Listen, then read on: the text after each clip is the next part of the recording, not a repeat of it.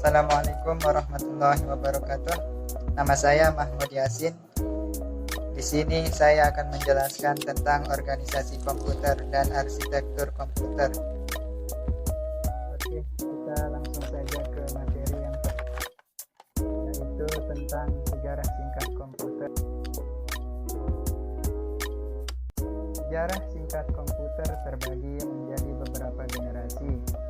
Yang pertama, generasi pertama ditemukannya tabung vakum pada tahun 1940 sampai 1959. Pada generasi ini, program dibuat dalam bahasa mesin menggunakan konsep storage.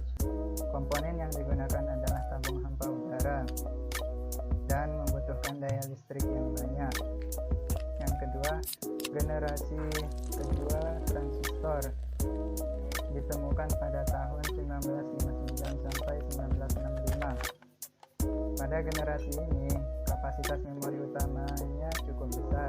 Komponen yang digunakan adalah transistor yang jauh lebih kecil dibandingkan dengan tabung hampa udara.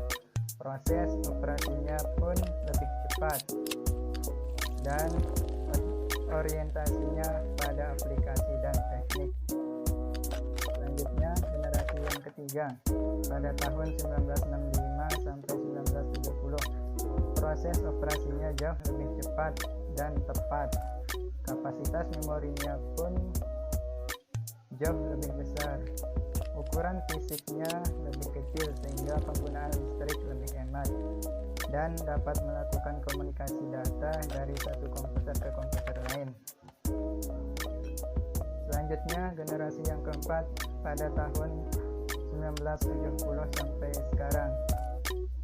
Pada generasi ini menggunakan mikroprosesor dan semikonduktor yang berbentuk chip untuk memori komputer dan menggunakan LSI yang disebut juga sebagai bipolar large scale integration. Selanjutnya, pengertian komputer. Komputer adalah sebuah mesin hitung elektronik yang secara cepat menerima informasi masukan digital dan mengolah informasi tersebut menurut perangkat instruksi yang tersimpan dalam komputer tersebut dan menghasilkan keluaran informasi yang dihasilkan setelah diolah. Selanjutnya, organisasi komputer. Organisasi komputer adalah bagian yang terkait erat dengan unit-unit operasional antar komponen penyusun sistem dalam merealisasikan aspek arsitekturalnya. Selanjutnya, arsitektur komputer. Arsitektur komputer adalah atribut-atribut yang Arsitektur komputer adalah atribut-atribut sistem komputer yang terkait dengan seorang programmer. Selanjutnya, struktur komputer. Struktur komputer sebagai berikut. Yang pertama, input device berfungsi untuk memasukkan data atau perintah yang diberikan oleh pengguna ke dalam sistem. Yang kedua, output device berfungsi untuk menampilkan hasil dari pengolahan data, baik itu berupa soft copy, hard copy, ataupun suara. Yang ketiga, I atau O.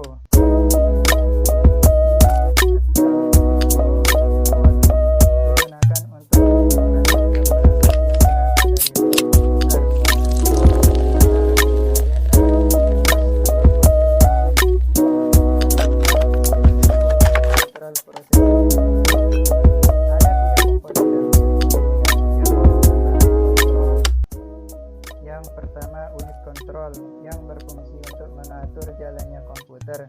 Register berfungsi untuk tempat penyimpanan sementara yang sedang diolah untuk lanjut ke pengolahan berikutnya. Dan ALU atau Arithmetic Logic Unit yang berfungsi untuk menjalankan operasi aritmatika dan logika berdasarkan instruksi. Selanjutnya, memori berfungsi sebagai media penyimpanan dalam komputer. Selanjutnya, kontrol bus berfungsi untuk mengontrol penggunaan akses ke data bus dan untuk mengontrol menggunakan akses data bus dan address bus. Selanjutnya, address bus atau saluran alamat yang berfungsi untuk memilih lokasi memori atau port yang menjalankan operasi untuk menjalankan operasi tulis atau write dan baca atau read. Database atau saluran data berfungsi untuk memindahkan data yang terdapat dalam modul sistem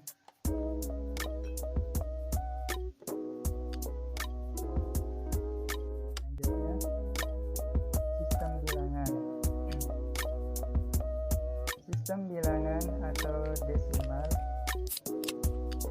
Sistem bilangan dibagi menjadi 4. Yang pertama, bilangan desimal atau basis 10. Kata desimal berasal dari akar kata Latin decim atau 10, terdiri dari angka 0. Angka desimal terdiri dari angka 0, 1, 2, 3, 4, 5, 6, 7, dan 9. Yang kedua, bilangan biner atau basis 2. Kata biner berasal dari akar kata Latin bin atau double, terdiri dari 0 dan 1. Yang ketiga, bilangan oktal atau basis 8. Kata oktal berasal dari akar kata Latin yaitu octo atau 8, yang terdiri dari 0, 1, 2, 3, 4, 5, 6, dan 7. Yang keempat, bilangan heksadesimal atau basis 16. Kata heksa berasal dari akar kata Yunani yaitu hex atau 6 dan Latin decim yang terdiri dari 0, 1, 2, 3, 4, 5, 6, 7, 8, 9, A, B, C, dan A, B, C, E, dan F. Selanjutnya, gerbang logika. Gerbang logika terbagi dalam beberapa bagian. Yang pertama, gerbang AND merupakan gerbang logika yang outputnya Y atau Y hanya akan bernilai benar atau 1 jika semua inputnya atau A dan B bernilai benar atau 1. Yang kedua, gerbang OR merupakan gerbang logika yang outputnya akan bernilai benar jika terdapat salah satu inputnya bernilai benar.